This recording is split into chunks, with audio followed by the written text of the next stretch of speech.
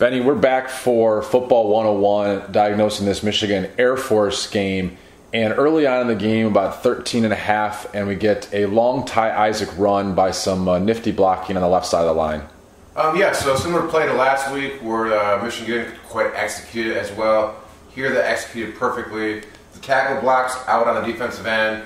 Bredesen's going to go up for the middle linebacker, and Khalid Hill right up through the middle and ends up picking the scraping linebacker over the top, perfectly blocked. Almost another really long run by Ty Isaac. Benny, 11:30 to go in the first quarter. Michigan's inside the red zone. They really struggled running the football, and they've really struggled running the football for 3 games in the red zone. Take us through this play and what happens. Yeah, so it seems, a lot of teams are just loading the box on us in the red zone, and Air Force does just that here. They load the box, they 8 in the box.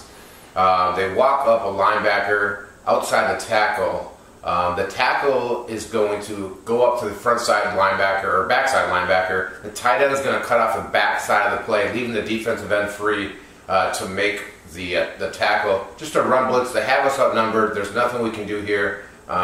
This is what pre-look you would expect this to happen is no gain. Benny, 7:22 to go in the first quarter, and a play that looks like Ty Isaac maybe misread where he was supposed to go with the football. And this is one of the problems that Michigan's having is when there is an opportunity where they're not taking advantage of it. Well, here is a similar play to the long run that Ty had earlier in the game.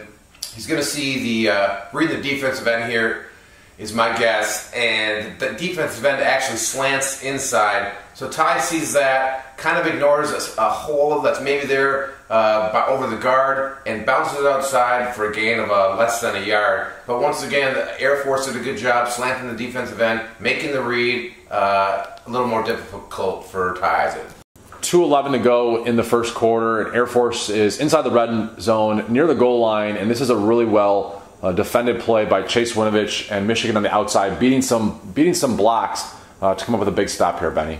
Yeah, so we had a couple of struggles here with the run into the boundary, the option into the boundary, but here Chase Winovich steps up, plays the quarterback beautifully, makes him pitch it, and actually pursues the running back. Hill's able to wiggle free off the receiver and the tackle here, almost a look of a double team, which seems to be in air, and makes a great play here as Winovich strung out the play. Our final play of the first quarter defensively, and this is a sack by Devin Bush, where he does a good job recognizing that his man's not going out for a route, and that just allows him to go.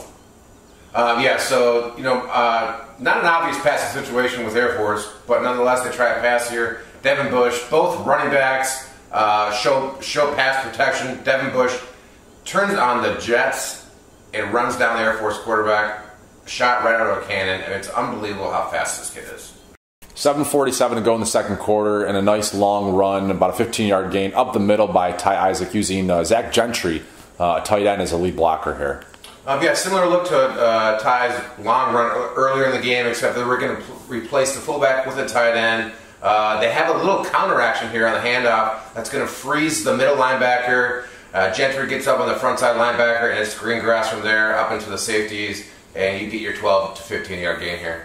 14:15 to go in the third quarter, and Michigan comes up with a big third down stop before the down to Peoples-Jones punt return, largely because Devin Bush is such a scary monster that they do everything they can to block him. Once again, the running back shows pass, and Devin Bush fires his guns, comes up the middle. The running back has to choose between Devin Bush and Furbush, and he chooses Devin Bush, allowing Furbush to make the play here, and Winovich also coming from the backside, providing some assistance. Biggest play of the game was not a defensive play or an offensive play, but a special teams play. Benny, you've talked about there's a lot more going on than just a guy returning the kick, and what did Michigan do really well on this down to Peoples-Jones? First of all, the Air Force kicker kicks an absolute bomb, outkicks his covers a little bit. Michigan, fortunately, has a return to the left, and the kicker kicks it to our right, so we have a wall set up to the wide side of the field. You can't really ask for anything better than that. Peoples-Jones cuts it up, wall set up perfectly. He sees a hole, cuts it back across the right-hand side, and after he crosses midfield, that's all him, and just pure speed. Air Force hit one really big play on Michigan, 12:03 in the third quarter, and busted coverage, and it leads to a 64-yard touchdown pass. You'll see Air Force will run some motion here. Michigan's an obvious man-to-man. Should have some safety high help here. Appears to be some confusion on the backside. Kinnell gets caught looking in the backfield, allowing his man to get an extra step on him, and there's no middle field help, and it's out the gates. 5:22 to go in the third quarter. You've been clamoring for Wilton Speight to step up into the pocket and take the hit and throw a nice pass, and here he does to Grant Perry. Yeah, great play here. He gets redemption from the play in the first quarter in the red zone. The same route concept known as scissors from where I played. Wilton sees a blitz, knows he's going to get hit, steps up, gets hit, makes a great throw to Grant Perry for a first down. By far his best throw of the day. It's something we need to see more out of Wilton, stepping up, taking the hits, making the throws. 40 seconds to go in the third quarter. There is a good and a bad Ty Isaac, and the good is when he's decisive with where he wants to go with the ball, and this is one of those big plays. We have Michigan back running the power game here. They line up, two tight ends to the left. You're going to see the entire offensive line on the left-hand side block gap down. The fullback's going to kick out the defensive end, and the backside guard is going to pull around for the front side linebacker, who he ends up getting on late.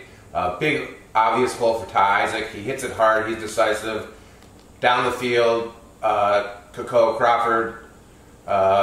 He's been aggressive downfield all three games, and is it a hold? Yes. Could have been not called? Yes. All in all, great play. Called back. Too bad.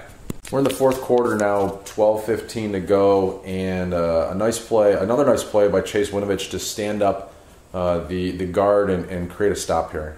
Yeah, last week we saw him absolutely obliterate the tackle from Cincinnati, and this time Chase is going to come to the field, meet the pulling guard, and bench press him right back into the quarterback, giving the quarterback nowhere to go, and actually coming off and finishing off the quarterback for the stop. We're going to finish up in just a minute with a long Karan Higdon touchdown run, but here we are, 3:30 to go in the game, and Michigan picks up a long third down and pass to Tariq Black, and what we want to point out is the great block by Karan Higdon. Yeah, Higdon here, every coach, every running back's taught to stick their helmet in the defender's chin, and literally that's what he does here. Sticks his helmet under the defender's chin, knocks his helmet off, and his helmet is still under his chin. And the Air Force defender ends up with a bloody nose.